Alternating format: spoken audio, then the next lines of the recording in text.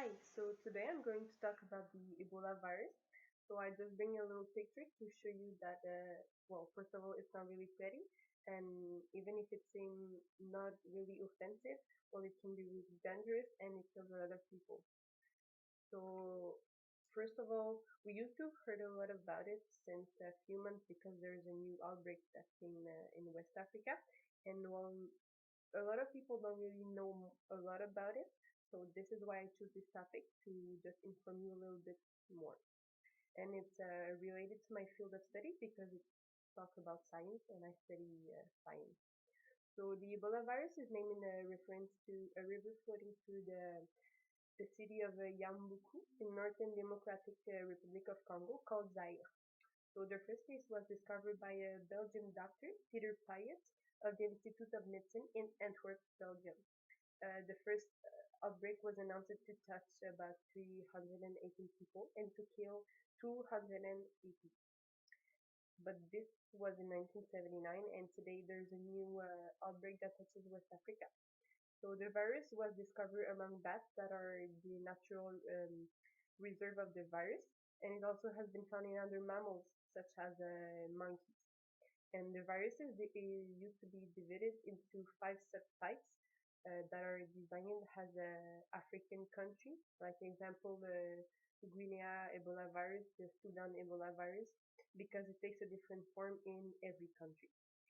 So how humans get infected is first of all by bats, because bats are eaten by the monkeys, so the monkeys get infected. And then in West Africa, people used to eat the monkey. So when they eat a monkey that is infected, human gets automatically infected too.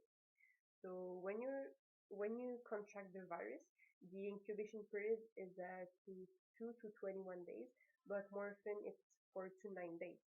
The virus eventually invades the blood and the cell of the infected person, and the progression of the disease reaches the functional of the vital organ.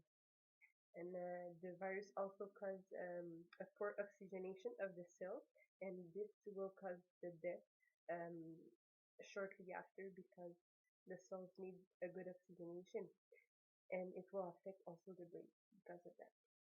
And the main symptoms are a big fever and a large extreme feeling of being tired. And then after that, we can see external and internal bleeding that will also cause the death after by a cardiopulmonary in 50 to 90% of the case of infected person. And the virus is transmitted by a direct contact with fluids such as blood or even saliva. And it also spread through the contact with the primates, so it may also contaminate the breast milk of the woman, the urine, and even the tears that come from the eyes. And there's absolutely no treatment 100% effective, but researchers are really trying to create one. One vaccine was already created that were tested on monkeys and it works. And in Japan too, they created a vaccine that were tested on mouse and it works too. So probably one day we'll have a vaccine for the humans too.